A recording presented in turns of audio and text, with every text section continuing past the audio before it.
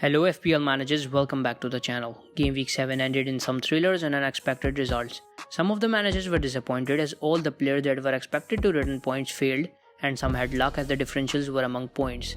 Let's do the points review first of game week 7 and then I'll talk about my early transfer strategy for game week 8.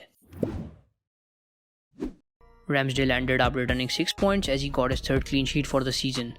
The Arsenal keeper at a price of 4.6 million is turning out to be a better option than Sanchez. Arsenal started the season pretty roughly, but they look defensively stronger now. Even though the Brighton keeper kept a clean sheet in this fixture, Ramsdale edges him in terms of the expected clean sheets and a good set of fixtures. Talking about the defense, Ben White returned in a clean sheet, so risking him into the playing 11 alongside Ramsdale paid off really well. The Arsenal defender is handy and cheap in terms of returning FPL points. Rudiger surprisingly blanked. This was the least expected thing from the Chelsea defender. Chelsea ended up awarding a penalty to the Southampton side, who then scored and took away the valuable clean sheet points. Rudiger was transferred in by a lot of managers, so a lot of managers suffered because of this. Wolves also ended up conceding a goal against Newcastle, but Marcel ended up managing 3, an additional bonus point for the Wolves defender. Like I always say, midfield has to be the part to generate the most points. Mo Salah continues to impress as he scored an amazing goal and assisted one against the defenses of Man City. The Egyptian winger, through his performances throughout seasons, has become an essential asset in FPL. The team just doesn't seem complete without him. He has now scored in 6 out of 7 games he has played this season. This is just unreal consistency.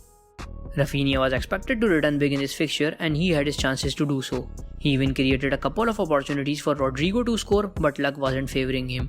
The Brazilian only managed 3 out of which one was for the clean sheet Leeds kept. They finally have their first win of the season. Gray from Everton blanked too. This was a tough fixture against Man United, so not a lot was expected from him. Everton managed to draw the game against United, with Townsend again being the man of the hour for the Toffees. Ismaila Sarr, just like Rafinha, was to return in this fixture. Before this fixture, he had 3 goals in 2 games. His pace is usually a threat for the defences, but that was not the case against Leeds as they managed to hold Watford, and Sarr also picked up a yellow card as he returned 1. Ronaldo held the armband, and it was surely bad sight for managers like me when he was not visible in the starting 11. He finally came in the second half but had no impact as the Portuguese winger returned 1 and his tally doubled because of the armband. Toffees had conceded 7 goals this season, and this was the very reason most of the managers decided to give Ronaldo the armband, including me. Antonio finally ended his run of scoring as he blanked against the defences of Brentford. Though West Ham ended up defeating them, but it was Antonio we really wanted to score those goals.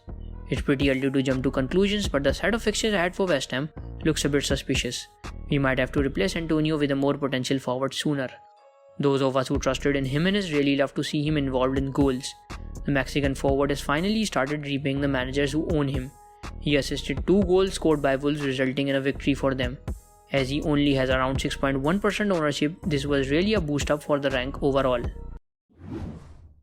A total of 51 points that resulted in a rank increase, a smaller one but nonetheless an increase. The overall rank now sits up around 47k and 100 in the country. Thankful for this, but still a long way to go. We are in middle of an international break, so it's quite early to jump to conclusions, but I have 2 transfer targets in mind that caught the eye in game week 7. Let's look at the early transfer strategy for game week 8. The initial plan is to let Sarr go due to the difficult set of fixtures he's about to have. He wasn't really impressive against Leeds, who didn't enjoy a clean sheet until they faced Watford. Selling Sarr at 6.1 million leaves me now with 8.3 in the bank. The prime targets are Foden and Townsend. Foden was in full rhythm against Liverpool and ended up netting a goal. He was pretty threatening and had chances to score more. Burnley at home looks like a pretty tempting fixture. If he continues his form, he could easily return good amount of points against Burnley, who are not defensively as good as they were last year. Moreover, it's not very easy to hold Man City. The only risk with Foden is that the rotations are usually pretty common in Man City's 11 due to the depth and potential their squad has. The second player on my watch list, as mentioned earlier, is Townsend. He is also having an impressive season and the midfielder has a total number of 43 points. He has 3 goals this season and 2 assists. Of course, DCL not being there is a huge factor, and once he returns, there will be some effect on Townsend's goal involvement as DCL is the main man for Toffees and he performs the penalty duties too. If I decide to bring Townsend in, I will have to let Gray go on the next free transfer. I know a lot of you would be opting to use the wildcard as the action returns after the break. I'll prepare a wildcard draft in the coming days and upload it sooner. There is still a lot of content coming your way as the season goes on, so if you enjoy being here, please subscribe to the channel. I would like to thank you all with all my heart for making me reach 200 subscribers on YouTube. You can also follow the Twitter handle and interact with me, the link is in the description below. Any more content you would like during the break that would be helpful to you in either FPL or UCL fantasy, let me know in the comments below.